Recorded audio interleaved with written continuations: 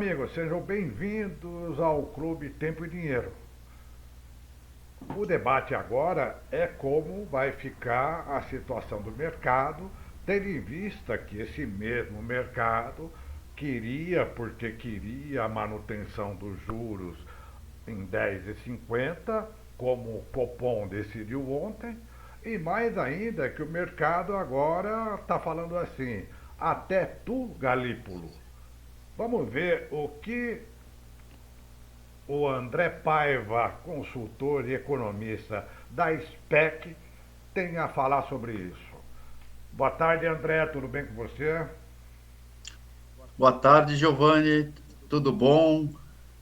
Agradeço o convite para poder participar e contribuir novamente. Maravilha. André, até tu, Galípolo. O que a gente viu nessa decisão, né, já estava sendo precificado pelo mercado, né? Então já tinha uma pressão muito para interromper o ciclo de cortes da taxa básica de juros, né, a taxa Selic, principalmente pode dar por dois motivos, né? Então, o motivo aí do cenário externo, principalmente com relação à taxa básica de juros dos Estados Unidos, que foi mantida entre 5,25 e 5,5, né?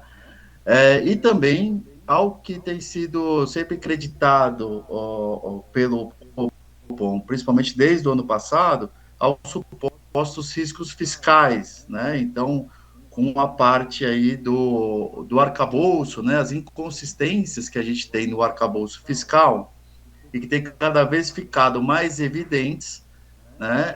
E que algum ajuste, né? Nos parâmetros que foram definidos ou um ajuste em outros braços do governo, já está contratado aí esse debate que dado. Agora, a questão mesmo, né, como você bem disse, os 10,50 já estava de alguma maneira precificado, salvo fosse uma zebra, né, que houvesse esse corte de zero, pelo menos de 0,25 ponto percentual. É, o mercado também ficou mais ainda contente por conta dessa unanimidade dos participantes do Copom, que não reproduziu o ruído que foi o mês passado, né? Quer dizer, é, isso traz alguma nova perspectiva, é, tanto de curto prazo, nós estamos vendo aí que o dólar deu uma barrigada, a curva de juros hoje está caindo um pouco, enfim, a bolsa também tende a ter um fôlego pontual, né? Mas isso para 2025, André, estabelece um novo parâmetro, porque, por exemplo, ah, entre os quatro membros do Copom, indicados pelo Lula, está o Galípolo, o Gabriel Galípolo. Por isso que eu fiz a brincadeira, que é o virtual candidato à sucessão do Roberto Campos. Em maio, a perspectiva era, com os 5-4 do BC, pelos membros indicados pelo governo passado, se então o mercado começou a olhar, nossa, para 2025 provavelmente vai haver corte de juros por pressão do governo. Bom, agora, teoricamente, deve ter sido esmaecido um pouco essa dúvida. Você acha que você acha que não está estabelecido então nenhum parâmetro para 2025 ainda, André? Eu acho que temos um parâmetro, sim, a perspectiva que a gente tem para 2025, inclusive pelo relatório Focus, né? É que 2025 a gente tem aí uma redução do relatório Focus para algo em torno de 9,5%. Né? Eu acho que o que a gente pode destacar alguns aspectos, né? o primeiro aspecto, de fato, teve uma pressão muito grande por parte do governo e do setor produtivo, né, para que o ciclo de cortes na taxa básica de juros permanecesse, né? E uma pressão muito grande por parte do mercado financeiro para interromper, né, esse ciclo. Então, essa decisão reforçou aí, essa decisão unânime, a independência do Banco Central no sentido de tomar a decisão, mesmo contrariando aí a pressão do governo, né? Mas a gente não pode esquecer que uma taxa básica de juros de 10,5%, quando a gente está com uma inflação acumulada em 12 meses, é, é, é, que tende a fechar em torno de 4, né, as projeções em torno de 4 em 2024, né, e até um pouco abaixo de 4 para 2025, ou seja, atendendo a meta de inflação, a gente está real de juros, né, quando a gente desconta a inflação, acima de 6%, né, então é uma taxa real de juros muito elevada, né, isso tem um impacto significativo para o desempenho da economia, né, para o desempenho do setor real da economia. Então, a gente olhando para o próximo ano, né, conseguindo ancorar as expectativas de inflação, que recentemente a gente teve aí uma pressão muito grande, né, e uma preocupação também muito grande, inclusive, com a questão do Rio Grande do Sul, né, qual pode ser o desdobramento em termos pelo lado da oferta, principalmente que pode impactar os índices de inflação, né, mas tende a essa perspectiva de que em 2025 um corte na taxa permanece, né? Principalmente porque o setor real da economia vai ser muito impactado, né? Exatamente. Agora, tem um outro ponto importante que você trouxe, que é a taxa de câmbio, né? Então, a taxa de câmbio, a gente está aí com uma pressão de desvalorização da nossa taxa de câmbio, olhando o real, a ação ao dólar, né? Então, já superando aí os 5,40, né? Então, uma rápida desvalorização que a gente nessas últimas semanas, né? Então, a manutenção da taxa básica de juros nesse patamar de 10,5 também visa a evitar uma pressão adicional por uma desvalorização na taxa de câmbio, né? Então, tem esse aspecto que é importante, e uma desvalorização na taxa de câmbio também pressiona a inflação, né, doméstica, né? Então são essas relações que a taxa de câmbio tem com diversos em relação a diversos setores, diversos aspectos da nossa economia, que é muito importante avaliar, e por isso uma preocupação muito grande sempre quando tem reunião do Copom. Exato. A gente chama atenção para dois aspectos também, né, que corrobora o que você acabou de dizer, né, André. Primeiro, no comunicado do Copom ontem, não foi explicitado que houve, que acabou o ciclo de flexibilização da taxa. Ou seja, ficou acentuado que houve apenas uma interrupção, né?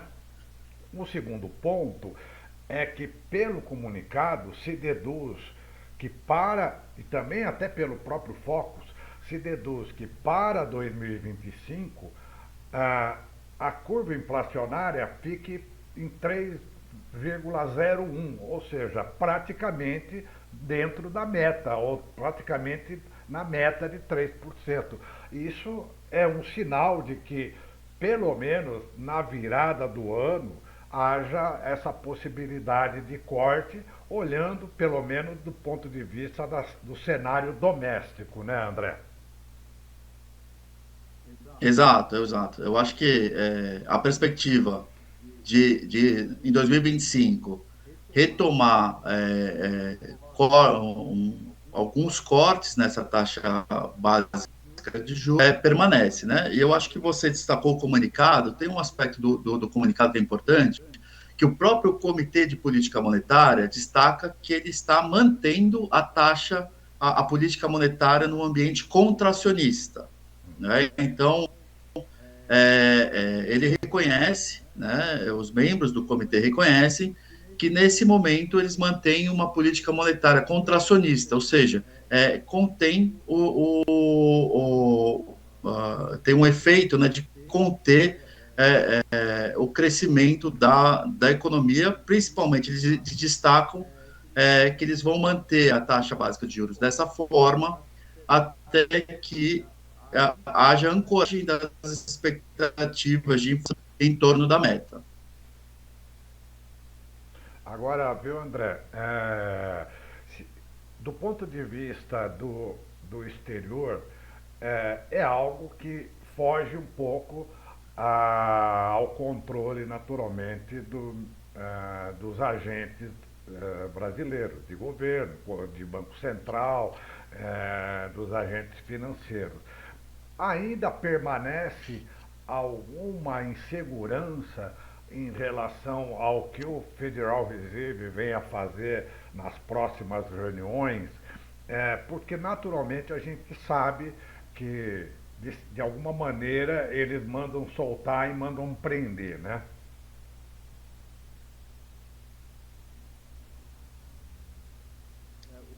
O que a gente tem é uma grande incerteza, né, sobre quando que vai se iniciar essa flexibilização da política monetária norte-americana, né? Então, como que a taxa básica de juros dos Estados Unidos exerce uma influência muito importante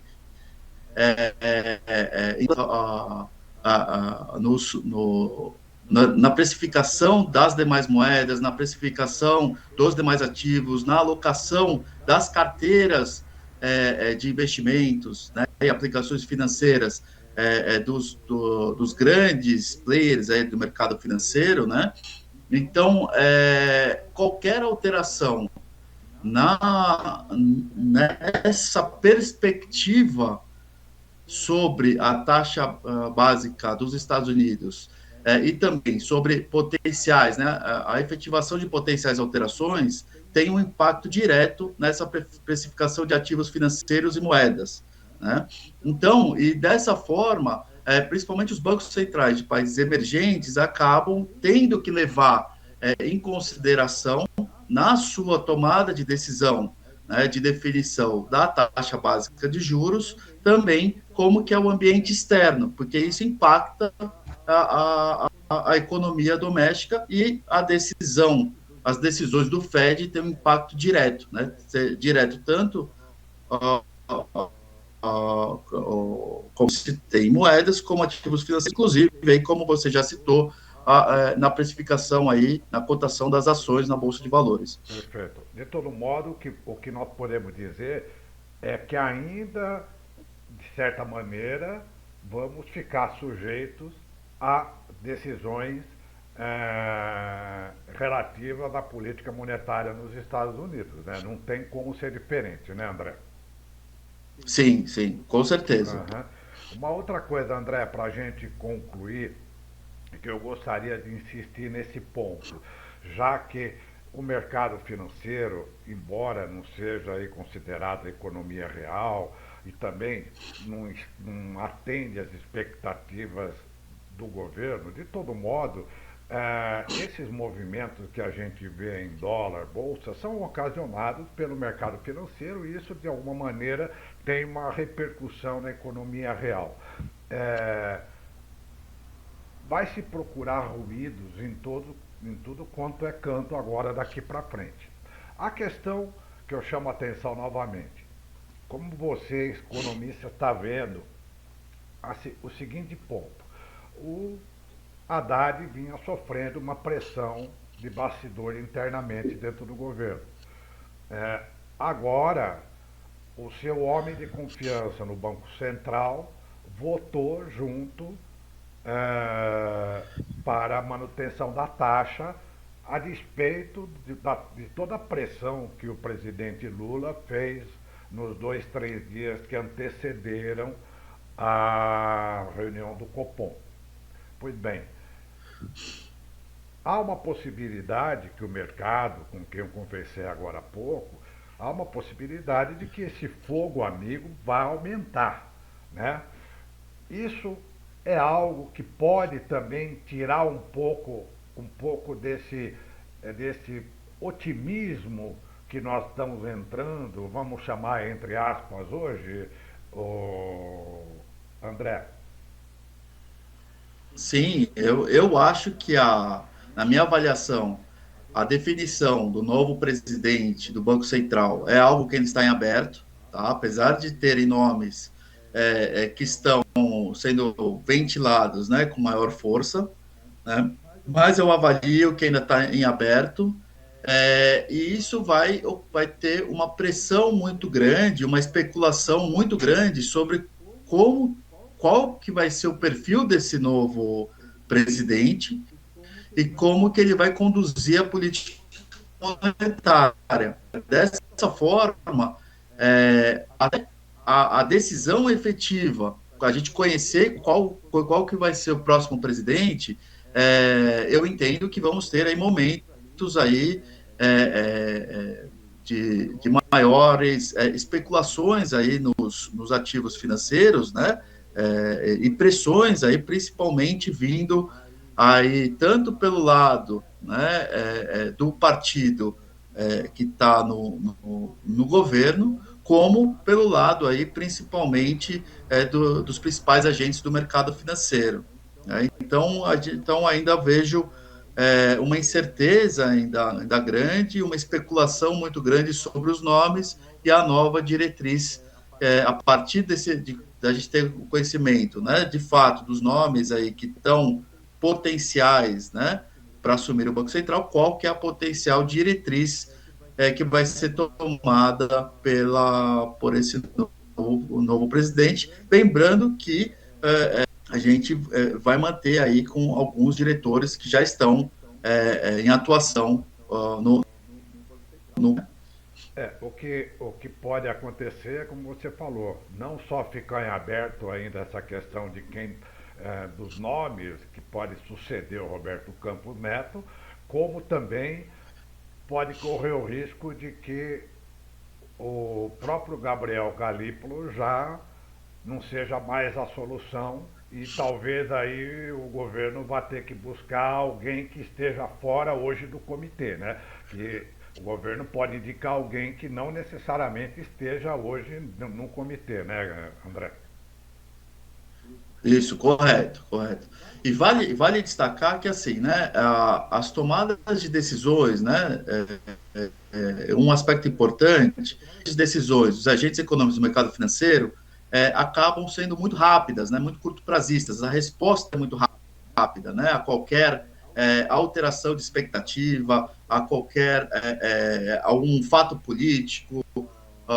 Agora, no mercado, né, quando a gente está falando aí das atividades, aí, né, então indústrias, comércio, serviços, né, as atividades que a gente chama, né, de atividades reais, que têm uma inter-relação muito grande com o mercado financeiro, mas nas atividades reais as tomadas de decisões acabam sendo mais de longo prazo, né, então tomadas de decisões de investimentos, tomadas de decisões de aumento de capacidade de aumento de produção, só que as decisões que acontecem, né, essas alterações de precificação de ativos financeiros, de moedas, acabam impactando, né, essas decisões aí no setor produtivo, né? E aí, como consequência, tem impacto aí no potencial de crescimento da economia. Então, essa complexidade que a gente tem inerente aí às diferentes abordagens, vamos colocar dessa forma, né, entre o mercado financeiro e o setor produtivo, que deve ser levado em conta, né, para não ter um impacto muito ruim, né, para o desempenho da economia, né, que pode ter principalmente prestações significativas em câmbio, em juros, né, e nas e no acesso aí ao mercado de crédito principal, que já sofre aí com taxas aí, né, e condições de crédito muito restritas e onerosas, né? Perfeito, perfeito. André, para concluir, é, essas decisões e esse monitoramento que o mercado, de alguma maneira, ainda que trabalhe muito no curto prazo, vai continuar nas próximas semanas, certamente. Isso abre alguma nova perspectiva para o governo do ponto de vista fiscal, abriu uma nova, ou manteve a mesma perspectiva em relação ao risco fiscal, ou também até mesmo de como o governo pode rever as chamadas janelas de cortes que o mercado financeiro ainda acredita ter no seu orçamento? É, esse vai ser o principal fiscal, né? Então, a estratégia de tentar fazer um ajuste fiscal pelo lado das receitas se esgotou, né?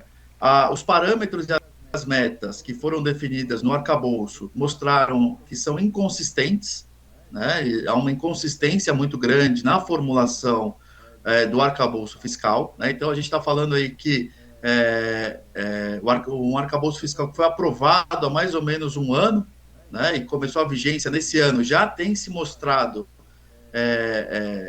as inconsistências, né? E o governo vai ter um debate muito duro pela frente, né? E decisões, porque de um lado você tem uma pressão por revisar o arcabouço fiscal, inclusive o teto que foi definido, né? E pelo outro lado tem uma pressão muito grande por romper os pisos constitucionais da saúde e da educação, que afeta diretamente a população em duas áreas muito importantes para a sociedade, né? E duas áreas que sempre foram muito valorizadas, inclusive, né, nas campanhas nos discursos do presidente Lula, né? E também a parte que está sendo que tem aí uma avaliação muito grande é da desindexação dos benefícios previdenciários e assistência ao salário mínimo, né, que também impacta aí toda uma grande parcela da nossa sociedade, né? Então, o que já está contratado, né, e o que o mercado financeiro traz como esse chamado risco fiscal, mas o que está contratado é um debate de qual alternativa que o governo vai adotar na área fiscal para conseguir equalizar aí essas inconsistências que estão inerentes ao arcabouço fiscal que foi aprovado no ano passado, né? Então, é um debate duro, é um debate que envolve toda a sociedade, né? Porque vão ser tomadas decisões que vão ter impactos positivos para um setor da nossa sociedade, vamos colocar assim, né, principalmente nesses que estão diretamente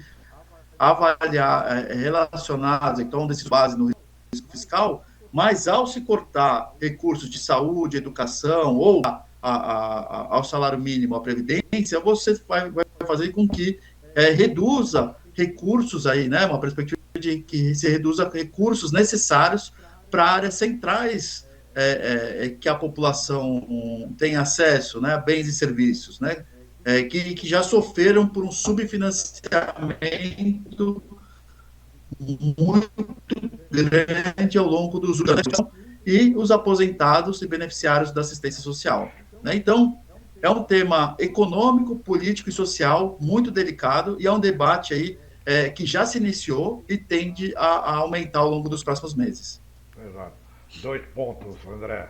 Primeiro, Previdência, a reforma da Previdência já está fazendo água, né? A gente já está vendo isso daí.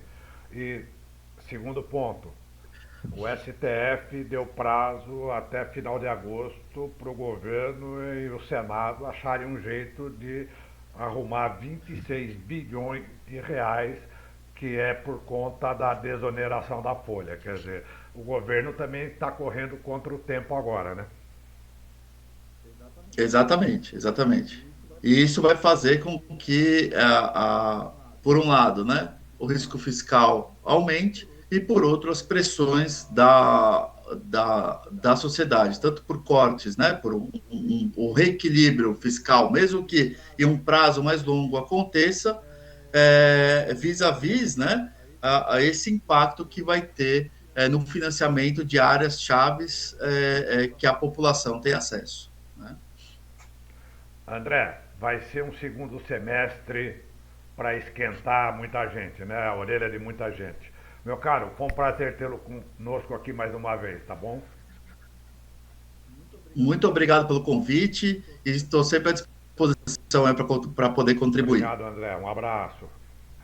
A gente terminou aqui com o André Paiva, economista da SPEC, consultoria, sempre presente aqui no Tempo e Dinheiro, falando que há espaço agora para um corte de juros da Selic a partir do ano que vem, especialmente, não descartando até mesmo a possibilidade do Copom antecipar aí para o final do ano, né? Embora aí com um pouco mais de dificuldade.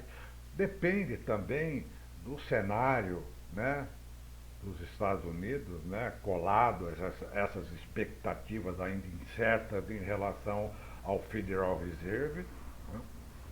Ele comentou também que o debate sobre a sucessão do Roberto Campos Neto na presidência do BC deve ficar agora em aberto, né, já que o Gabriel Galípolo votou pela manutenção da taxa em 10,50 na Selic, enfim, e que a questão fiscal vai entrar, vai ter que mostrar, vai ter que ganhar, melhor dizendo, alternativas do ponto de vista de como o governo vai conseguir acomodar essa necessidade de cortes no orçamento sem ferir as necessidades básicas da população, né?